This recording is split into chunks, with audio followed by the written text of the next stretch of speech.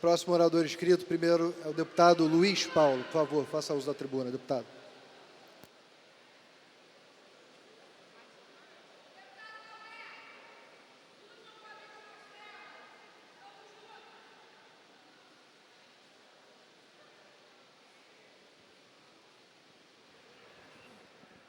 Senhor presidente, mais uma vez fica constatado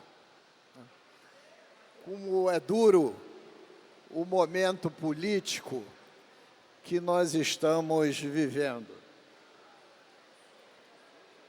Eu precisei viver 74 anos para submeter o meu ouvido a esse festival de besteira que assola o nosso país, pelo radicalismo, e como todo radicalismo, sem nenhum fundamento, quer seja um fundamento que sustente 75% daquilo que é dito. E a sessão de hoje mostrou claramente esse fundamentalismo xiita que nós estamos vivendo. Porque se fôssemos fazer uma reflexão sobre o conceito mais profundo do que seja o totalitarismo,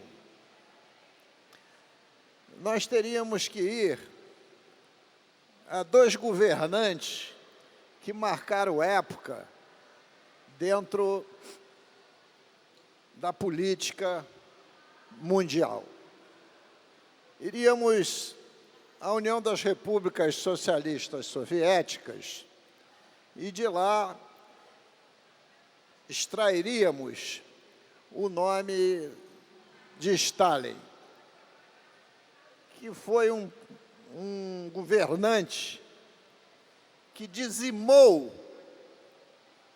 parte da população russa num governo populista que, em tese, visava o bem comum do operariado. E, em nome desse bem comum, entre aspas, matou e chacinou milhares de pessoas. De outro lado, não tão longe da Rússia, vamos à Alemanha de Stalin, que dizimou 6 milhões de judeus, 6 milhões de judeus, em nome de uma supremacia racial, em nome de uma propaganda de eugenia que Hitler propagou de forma muito intensa. E, em tese, Hitler e Stalin eram adversários, mas, na verdade, não eram, comungavam dos mesmos princípios totalitaristas e fascistas, né? Sendo que um admirava o outro profundamente, porque foram contemporâneos. E foram os dois governantes que mais assassinaram no mundo. E o que nós estamos vendo nos tempos atuais é exatamente isso. Eu não consigo entender como quatro jovens, talvez com 75% da sua idade, possam estar tomados por tanto ódio em cima de um pseudo-comunismo cultural.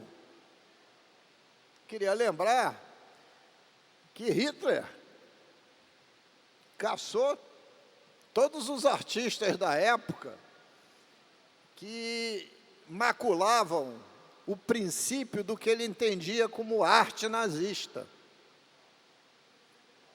Quando você quer dizimar uma população, você começa exatamente pela cultura e pelas artes. E o que a gente vê, estamos vendo no nosso país é exatamente isso. E muitas vezes, o corrupto diz que está combatendo a corrupção, quando, na verdade, se apropria dessa própria corrupção. Então, nós estamos exatamente nesse impasse. Associado a essa crise institucional, nós estamos vivendo a pandemia do coronavírus. Hoje já pandemia, porque está inserido em mais de 110 países. Associado a isso, temos a disputa entre a Rússia e a Arábia Saudita, no sentido da produção petrolífera, que está disseminando outra crise na economia mundial. Aí vamos passar um pente fino nos nossos governantes, para falar em três mais próximos. Prefeito da cidade do Rio de Janeiro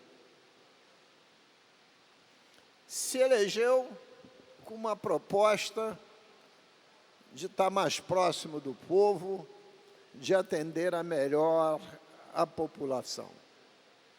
E é um grande desastre como gestor, um grande desastre como gestor. E tem alguns parlamentares que ousam criticar outros, como aquele prefeito fosse algo que pudesse ser tolerado como gestor. Em não satisfeito, agora mesmo, acontece uma operação do Ministério Público, junto com a Polícia Civil, averiguando corrupção na Rio Tour, lá na Cidade das Artes. E mesmo assim, senhor presidente, tem maioria na Câmara. O prefeito tem maioria na Câmara. E demagogicamente afirma que vai transformar todos os funcionários da Conlurb em efetivos para quebrar de vez o sistema previdenciário do município. Vai quebrar de vez o sistema previdenciário do município. Mas tudo vale na correria para o voto. Até dar aumento para o funcionalismo em período eleitoral. E é claro que a Câmara vai aprovar tudo. Sai do governo da prefeitura e vem para o governo do Estado. Onde admite-se até a possibilidade de haver escutas clandestinas e perseguição a parlamentares, voltando a tempos de antanho, né, em que o Estado policial predominava.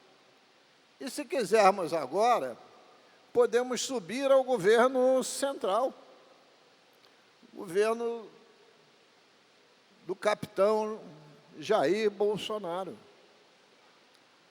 que tenta mostrar ao seu eleitorado que ele não consegue governar porque tem um Congresso Nacional.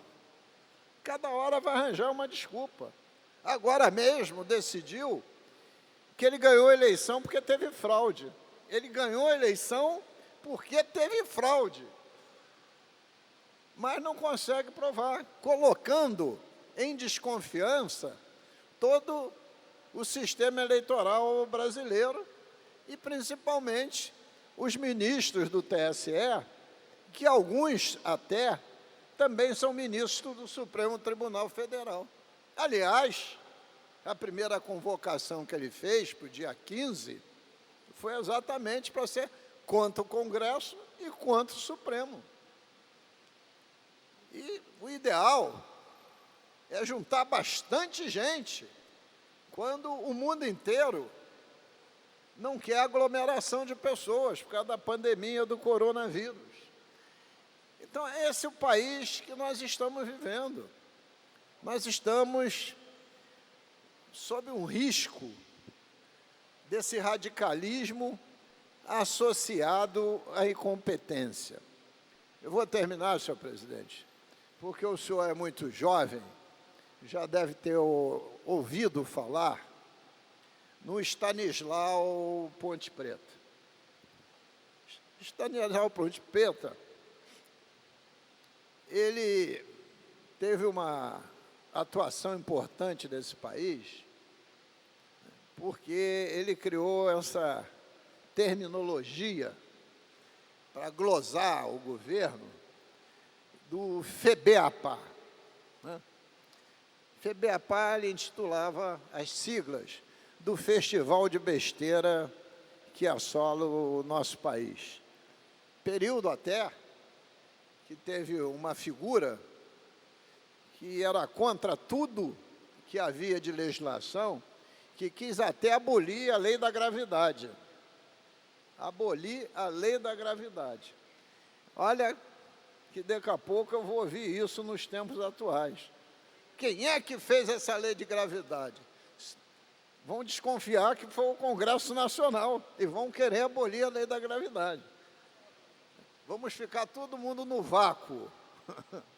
Ficar no vácuo, vamos flutuar todos, que perderemos todos a possibilidade de estarmos sob a ação da lei da gravidade. Senhor presidente, vou parar por aqui, mas de vez em quando a gente sai do tom para fazer alguma pilhéria, porque o dia de hoje foi duro. Foi duro porque a gente ouviu tanta coisa que não era para ouvir, e principalmente esse fecho de 4 jovens, até gritando o nome de parlamentares de forma ofensiva.